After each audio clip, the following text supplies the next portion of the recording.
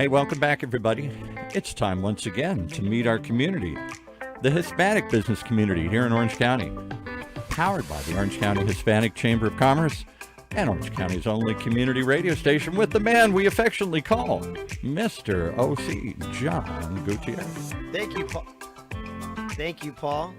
Test. Sorry, I didn't turn the music down fast enough. All right. Thank you, Paul, and thank you all for tuning in again to our community podcast show powered by the Orange County Hispanic Chamber of Commerce. Welcome everybody again to OC Talk Radio and our community podcast show powered by the Orange County Hispanic Chamber of Commerce. I'm your host, John Gutierrez, Senior Vice President here. And with us today, we have, of course, another special guest. She is the president of the Purpose of Recovery, where they're committed to building and sustaining a robust peer community for individuals in recovery and their families by providing practical support and access to resources. Let's welcome Donella, and I want to say this correctly, Cecrle. Pretty close. You're pretty good. close. You're pretty good. It's one of those European names that, things changed over the years. So whatever someone says, I'm like, that was spot on. Well done. Well, the good thing is you have a good attitude about it, right? But that must have been tough growing up as a child. Or is this? That is my married name. Oh, okay. So okay. my maiden name is even more exciting. Is it? It's Okay. Hyrkas. And how do you say that? Herkus or Hedicus. Really? Interesting. And now that I'm older and wiser, I would have hyphenated them just for the fun of it. But Yeah. What's the background of both of those names? So Herkus or Hyrkas is Finnish, and Cecrle or Cecrle is Czech. Okay.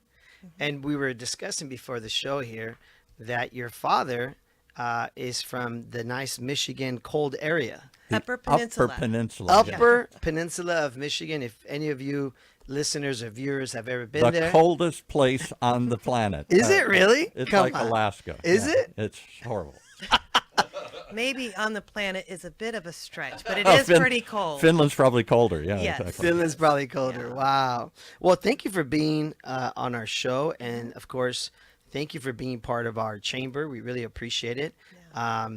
I know that your organization is doing some great things in the community. We'll talk about, of course, your upcoming 4th Recovery Rally, which, folks, that's Saturday, August 24th. Doors open at 9 a.m. It goes all the way to 2 p.m. And that's going to be at the Elks in Garden Grove. For those of you that don't know where that is, that's at 11551 Trask Avenue in Garden Grove. You could also visit, of course, for more information, the website, which is www.tp, as in Paul, or.org. And I'm sure you're going to be able to find information there for the Purpose of Recovery, a free family fun event. Again, the 4th Recovery Rally. And there's going to be food, music, raffles, speakers, resource fair. I mean, We've got everything. this really amazing Bouncy house. Well, it's an obstacle course. It's not just a bounce house. It's going to keep those kids occupied with crafts and games, and parents can walk around and get resources while the kids are entertained. So. Well, Yeah. we'll go into a little bit more of that.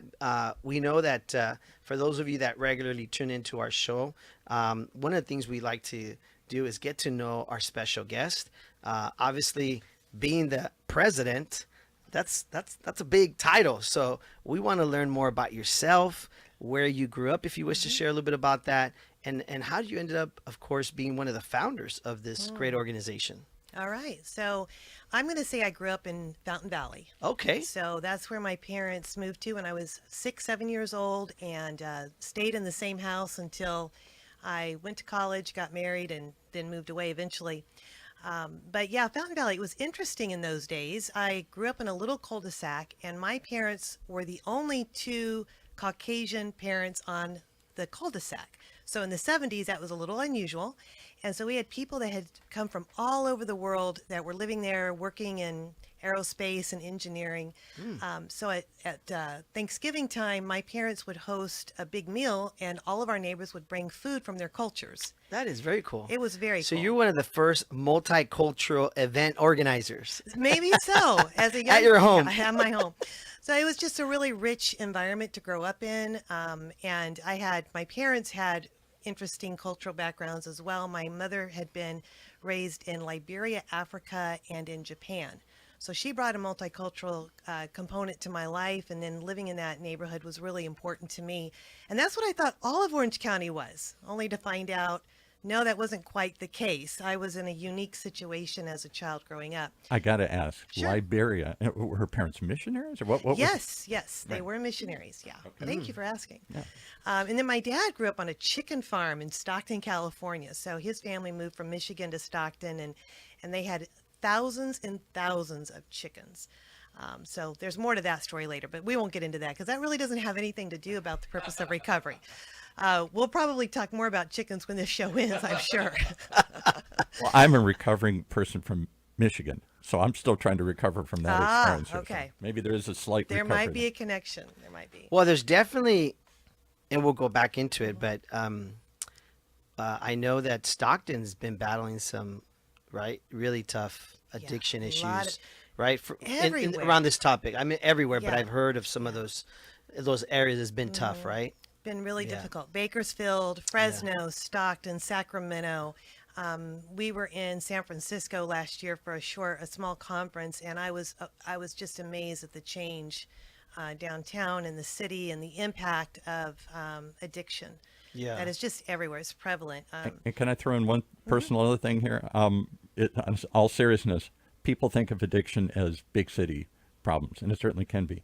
Most of my relatives are from northern Minnesota, not northern Michigan, and little towns in the middle of nowhere that are frozen little farm towns. And my late cousin taught wrestling at the school and became I don't know what you call it, recovery counselor, almost by accident, because so many of these kids in these small towns in the middle of winter, nothing to do but get in trouble. And a lot of these depressed communities because the jobs have left and whatnot. And huge epidemic of opioids and other problems through these areas. And we'll go into a lot of that maybe here if you want to obviously Sure. go deep into what kind of environments, cities, right, demographics, as far as, I'm a sociology major, so I love studying human behavior, and a lot of what we study is based on obviously social class, right? I mean, Right. where there's poverty, there's crime. Right. And where there's crime, there's drugs, right? And addiction and things like that. But a lot of that has changed, right? So maybe we'll dive into some of that. But so you grew up in Fountain Valley, you grew up in this multicultural community, right? And from there, what happened? So grew up, went to school, did not finish a degree, got married instead. Okay. So that was my trajectory. That's a degree. That's a degree. That was a degree. And okay, now we got to figure out how to live life. Yes. But over the years, my husband and I owned a couple of businesses here in Orange County. And then once we finally had children, we were a little bit late to life in that. We relocated to the Dallas-Fort Worth area. And the goal was he was going to go to graduate school, get a degree in counseling, and I was going to figure out life finally and grow up a little bit. So after our kids were more self-sustaining, I did go back to school. And like you, I ended up in the sociology track. And I was always interested in people, studying people, what made them tick, why did they make the choices they made? Exactly. Right? It's social determinants of health, and so many things go into that. And just ended up kind of falling into this path and thought, well, what am I going to do with this sociology degree? I'm like, well, I'm not really doing anything yet. I was still in the midst of helping my children get to their adult life. And then I eventually landed on, okay, this is a social work. This is the path I need to take. So I finished a degree in social work. And I'll kind of now backtrack to what got us involved in addiction recovery, because it wasn't something that impacted our individual families. It was many years ago, back in the early 90s, that my husband and I became associated with a group of people that were in recovery from mostly alcoholism. There were some drugs involved, but they were proponents of AA. And we did not know anything about addiction. We didn't know anything about recovery. We didn't know anything about 12 steps. And this group of people really positively influenced our lives. They were in our faith community, and we began to fellowship and spend time with them and realized that they had such a strong connection to who they were as a person in their recovery process, that they were making significant changes in their own lives and in the lives of their extended family and their children. And we just really saw something that we had not experienced as we had been helping other people, just as volunteers in the community. And we thought there's something about this that we need to explore and learn more about. So that's what ended up sending us back to grad school and really pursuing those higher educations. So my husband worked for many years as a clinical director inside Tarrant County Jail in Fort Worth, Texas. Wow, that's a tough job, huh? It was a great job, actually. He Really? loved it. Yes, your clients aren't going anywhere, right? You can always find them, and I never thought about it that way, but you're right. I mean, so if you're going to do mental health care, it's a great place to they're do it. gonna make all their appointments, right? Every single one, every one. And that was a really great experience for him to gain that knowledge of how the criminal justice system works, what was happening with addiction in that community. And in the same time, I was continuing the social work degree with an emphasis and a focus on mental health and substance use disorder. I had just I was in my last semester, and I was a school director at the time for a private school. And I sat down with the staff on a Saturday at a staff meeting. I said, I'm going to be resigning to go do something to support families in recovery from addiction. They said, well, what is that? I said, I don't know yet, but this is what I'm going to do. And I'm going to be leaving, so we need to figure out the exit strategy. Who's going to take my place? That was on Saturday. On Wednesday, I received an email from an old colleague here in Orange County that said, Miss D, they called me Miss D when I worked there. Where are your passions leading you next year? I thought, well, that's a loaded question coming from this person. I said, well, funny you should ask. I'm leaving my post at the school. I'm going to do something to support families in addiction. She said, would you do that in Orange County? We'd like to help support a project that will reduce relapse in Orange County. We don't know what to do. And so in my master's program, I had been researching what are other parts of the country doing to address the fentanyl crisis. Not just fentanyl is an overdose, but we've got methamphetamines are an overdose issue. And people, I know that marijuana is legalized in California, but there are entire treatment programs that are trying to research how are we addressing people that become dependent upon THC, because it is an issue. And it takes more than 28 days to hit baseline to have enough clear thinking to be able to even develop a recovery plan from marijuana. I got to interrupt one Yeah. more time here. So I'm a good Irish Catholic. John's a Catholic. And we're always talking about, is this really preordained? Is there fate? Is there the hand of God in this stuff? And I'm such a practical guy. I don't know. My wife would hear your story and she'd say, see?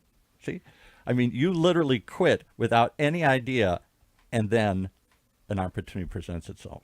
I mean, that's Well, pretty I'm not amazing. going to talk about theology. But that's pretty amazing. I mean, whatever happened, whatever the reason, yeah. Right. No, I knew that it was time to do You're something. in the right place at the right time, right? Right place, right time. But also, this person knew of the early impact that this group of people in recovery had on myself and on my husband, and what we wanted to do with our lives as we, moved into another season. So I remotely started the Purpose of Recovery from the Fort Worth area. I didn't even live here yet. Found a team and started really building the efficacy of the program. And it's built and staged on work that's been done, foundational work that was done, starting with Faces and Voices of Recovery. They met more than 20 years ago now in Minnesota, and the cold part of the year, and talked about, these were leaders from all over the country. John doesn't know that's how you say it up there. Minnesota, yeah, Minnesota. But Is that really how they say it? Yes. Minnesota, yeah, gosh, that's a kind of Canadian kind of accent. Okay, I'm sorry. I'm a California boy, yeah? Yeah. After this, we'll have some cheese curds, right? Please. And poutine. But these leaders came from all over the country to meet in Minnesota to say, how can we begin to address addiction? And this is 25 years ago, right? Wow. And so they formed Faces and Voices of Recovery, and they said, we need to put a face and a voice to recovery so we can advocate to our legislators for more funding to address the crisis that's coming. We already have one, but a bigger crisis is on the way. And they were foretelling what's happening today, right? Wow. And so That's interesting that they saw, right? Like what was coming down the road, right? they knew how bad it had been for them in their own addiction journeys, and that, as I won't get into politics or any of that, but so much was happening that they could see that we've got a crisis looming ahead of us, and what are we going to do about it? I mean, it's tough not to go into the political part of how, drugs were coming into the country, right? And how it was impacting a lot our communities, right? I mean, I grew up in the 80s and 90s in Santa Ana. There was a lot of drugs in that area. Still And are. Still, it probably still is, right? I fortunately, graduated out of high school, went to college away at Chico State, and moved out of the area, but came back to live in Irvine. And I still go to Orange County, Santa Ana area a lot and I see it, and it's tough. It's really tough to see when we exit certain areas of the freeway by the zoo there. That's where I live. Yeah, by First Street. It's just really sad. I know my boys are in the car with me, and we love going to Santa Ana areas that have all this great food and the culture. And I mean, that's my hometown. That's where I was born and raised. But it's heartbreaking to see in some of the areas how young some of these kids are. I was just at the DMV and getting my tags and my registrations for my car, and I went across the street to the Jack in the Box, and a young guy was trying to, I guess, order food, and he was so heavy on drugs, and he was just, you could tell he was living in the streets. And part of me was like, I want to pay for his breakfast, but part of me was like, he's so on drugs that what if he like lashes at me, right? Because that's happened where I've asked people if, hey, you want me to help, and they get all weird on you, right? They start screaming and yelling or whatever. And it's just heartbreaking to see how the drug addiction is now. It's all ages, all levels, right? I mean, It touches every single part of our society, every part. And unfortunately, the overdose deaths also are touching every single part of our society. So it's not just the people that you're finding that are living unhoused on the streets. It is every sector. Yeah. Every single And when we were growing up, there was always that, say no to drugs commercial, and, they come to your school, right? And you don't see a lot of that no more, right? Other than a commercial here and there about something, but it's great that you guys have programs like these, right? As a way to, I'm assuming families reach out to you. They do. And so we're not doing treatment programs. We're not housing. Okay. What we're doing is, you know what a life coach is? Yeah. Okay. So we're life coaches with lived experience. Okay. Okay. So all of our peer coaches are trained in coaching components, learn how to be good coaches, and they take their own lived experience and their own sustained recovery. They have to have sustained recovery to do this job. So in essence, like a mentor. Right. Okay. Yeah, like a mentor. Okay. And we meet with peers. We call our clients peers. These are people that are at any stage of their recovery journey. They may just say, hey, I've now realized I've got a problem. I got to do something about it. Maybe they're still even running their business. Okay. Or they're gainfully employed, but they realize that their substance use is negatively impacting their life. Yeah. And they're saying, I need help. Oftentimes they'll self-refer to us and say, I'd like to work with a coach. But you mentioned families. Oftentimes we also get calls from moms or dads or aunts, uncles, grandparents saying, I'm really worried about this person in my family. What can we do? Well, as we all know, you know this in sociology, you can bring some type of a solution to someone, but if they're not yet ready, if they haven't yet hit that level of I'm ready to do something about this, it's really not going to have any impact on them. And so we also really work with the family members to say, okay, when they're ready, will you be ready? Let's get you ready for that moment. And so we help them with self-awareness, self-compassion, coping skills, communication strategies for how do you talk to your loved one who you're worried about. And it might not just be addiction. It might be other behavioral things. Maybe they're doing some self-harm. And so we also cross that line of when you've got a family member who's engaging in some mental health behaviors that you're worried about, often impacted by substance use. And I would say that to that point, sometimes it's hard for a mother of a child who's addicted to drugs out in the streets, because I've heard many stories like these, right? Growing Don't know up, where they are. it's hard to not enable them, right? Because they'll come to them and say, I promise you, I will be good. I won't do this no more. Help me out with this or that. Give me a little bit of money. Give me a little, and then they go out again to the world. They don't listen to the mom or whatever, and breaks that mom's heart again, right? Yeah. I knew somebody who went through something like that, and it was very heartbreaking to hear the stories. I'm sorry, Paul, you had a question. I just wondering how it differs from AA. Again, up in Minnesota, lots of substance abuse in these small towns. My uncle, who was the father of that high school coach who got into counseling, he got into it because his father was an alcoholic. And his father fortunately came forward and joined AA and became very active in AA and stopped drinking. And it was, he said, that's the only thing that stopped him, when I could talk to people who were going through this like I was. Absolutely. And then there was somebody to call at midnight, hey, I'm getting weak, I'm taking a drink or something here. Is it that kind of, or is it just they see them as a counselor, or they see them as a support member to walk the journey with them That's here? a great question. So we fit in between. We're not an AA sponsor, and we're not a counselor.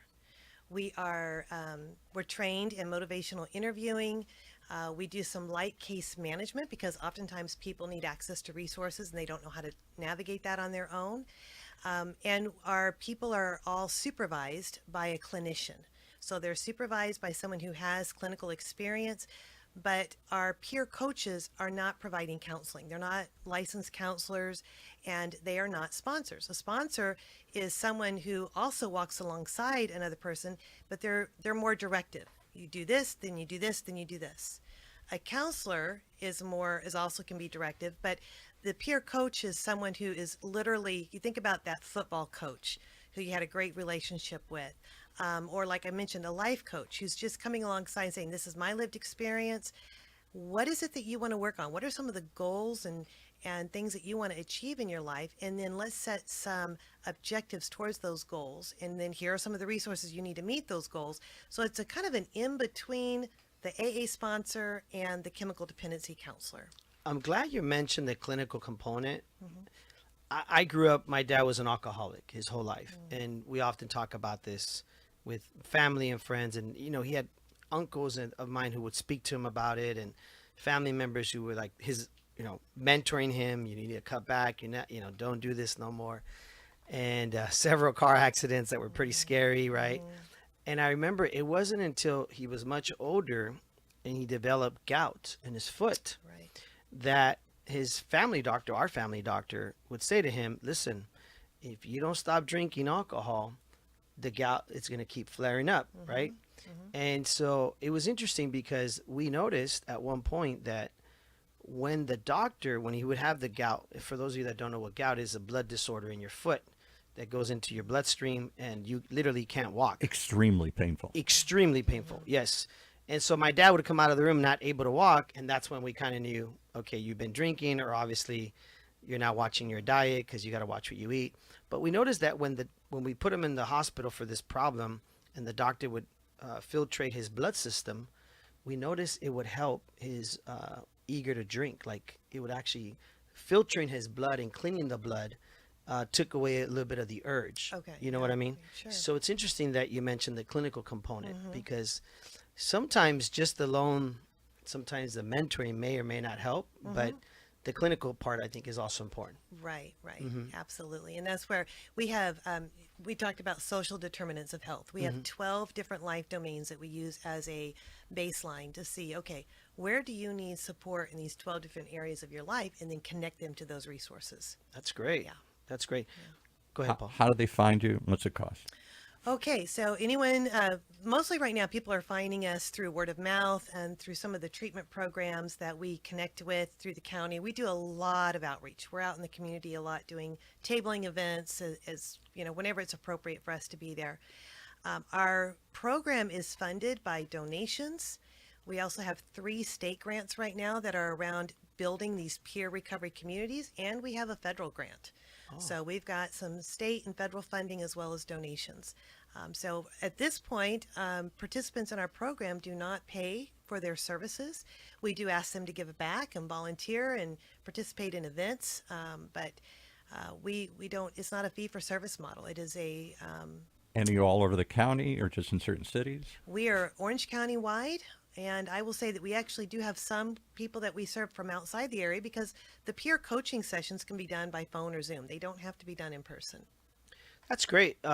It's great to hear that there's grants out there and that there's federal funding or state funding, right? Because if you fall into that criteria, meaning anybody who's listening, right, or has someone out there, could be your friend, your family, or a neighbor, or somebody that's dealing with these issues. And again, you're talking about drugs and alcohol, right? That's correct. So it's not just drugs; it's a little bit of it all. And if you have anybody out there that's dealing with these issues, it's important that you reach out. And again, I just want to make sure we give out the website, right? www.tpor.org.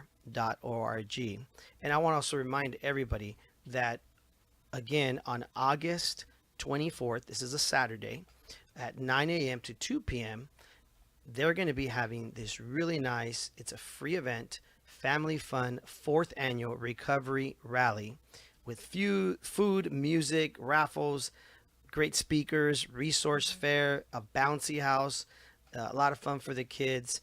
Obviously register so they know how many of you are attending for the purpose of all these things that they're providing you. But it's going to be at the Elks Lodge, Elks in Garden Grove, at 11561 Trask Avenue in Garden Grove again. And again, that's Saturday, August 24th. And that's why we wanted them to be on our podcast show before the event, so we can let all of you know. And you know, maybe you have somebody in your family, a friend or a neighbor that's going through some of these challenges.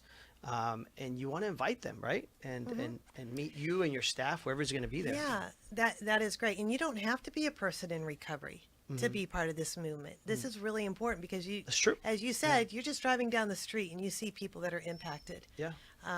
And it's important to know what's going on and to be an advocate if at all possible. And I'm going to give you one other thought here. You know, I've had people in my extended family that have had drug and alcohol problems, like my uncle.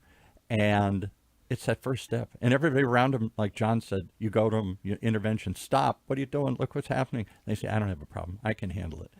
And then it's not just getting them to take that first step, which is the first step. I understand. I don't remember all the steps in AA. I've never been to AA, but the first step is, I'm an alcoholic. I got a problem. You got to admit to yourself and to the world publicly you got a problem. Well, I'll share this with you, Paul. I've actually, because my dad was a heavy alcoholic, I've actually never liked drinking myself. But I can say that when I was diagnosed with pre-diabetes during the pandemic, one of the reasons why I was diagnosed was because of my poor diet. And at the time, I would drink 2 or 3 sodas a day. I would joke with family members that I was a Pepsi-holic or, you know, Coca-Cola-holic, right? Because I love drinking soda because I don't drink alcohol. And look what happened to me. I ended up with pre-diabetes, poor diet, right? And I remember that when I went through that process, from a psychological standpoint, being a former athlete, it really, really impacted me. I remember sitting in my house going, like, looking at myself in the mirror, and you don't want to admit that you're at fault. Never. Nobody wants to admit. Nobody wants to admit that I got no problem. Like something's wrong with you, or quote unquote you're broken, right? And nobody wants to admit that. It's a horrible feeling to admit. So you're right. To your point, it's admitting first that, like, I had to admit, yeah, you know what? The doctor just said, poor diet, you've gained a lot of weight. Obviously, the stress doesn't help from the pandemic. Yeah. But at the end of the day, you're eating too much sugar, you know, which that was my addiction. Sugar, sodas. And I had to, like, stop it. Now, was it hard? Yes. I mean, it wasn't until my sugar was like 300 and I was dizzy and anxiety and I almost felt like I was going to have a heart attack that my wife said, are you finally going to listen to the doctor? Right. I hit rock bottom, right? I had a horrible night. I thought I was going to die, to be honest. That I said, okay, I'm done. And I went on a strict diet, lost 40 pounds, and, you know, haven't drank a soda in almost 3 years. Well done. Yes. Just like an alcoholic. Let's say I haven't drank a soda, a beer. All sorts of addictions, right? Yeah. There's addictions of all sorts. Right. But I can tell you from that perspective that it was hard for me to admit that it was something, A problem. You had to deal with. Yes. So maybe if you drag somebody something like this, they'll see it. It's not you preaching or teaching. It's them just seeing and observing the other people around it. And then if not, if you can't get them to come, I don't know, the frustration of the family. What do you do? Well, Where do you go? and that's where I want to highlight our program called Invitation to Change. That is for friends and family, and it is a fantastic program. It's evidence-based. This is a new iteration of a program that's been around for many, many years. comes out of the Center for Motivation and Change in New York. And that is where friends and family can go for some training and support. It's a group that I'm personally involved in, and I've just found it to be very, very helpful. And I don't have anyone in my immediate family that has addiction, but I do have people that make choices sometimes that really concern me, right? Mental health choices, or ways of interacting with others that are of great concern. And so I use those tools to help me interact with all of my loved ones on a more positive way. So Yeah, and I think, I mean, you can elaborate more on this for those of you that are out there that know somebody that has been going through something like this. We all know that drugs and alcohol go hand to hand, right? You know, if you're most likely drinking too much, it sparks the need to do drugs. That, from what I hear, from what I've seen in the past, right? I mean, not with everyone. It really depends on, you start by asking someone who's in recovery, what has been your drug of choice? And you find out, was alcohol a gateway into other things? Some people just, alcohol does it, and that's all they ever did. Yeah. Someone that I met with just this week, it was alcohol, but it started with marijuana. But those are the only two substances that they ever used. So, it really, our physiology is different. Our childhood trauma is different. The impact of our families and our society. You've got two people that have been in combat, and a car backfires. One of them's going to dive under the table. The other one just sits there and keeps eating their food at the cafe. What's the difference? They both had some kind of trauma. They both were in combat, but one of them, it impacted differently than the other. Yeah. And so it's the same thing with drugs and alcohol. It depends on the individual. Well, give us the websites again here. Yeah, it's www.tpor.org, right? Yep.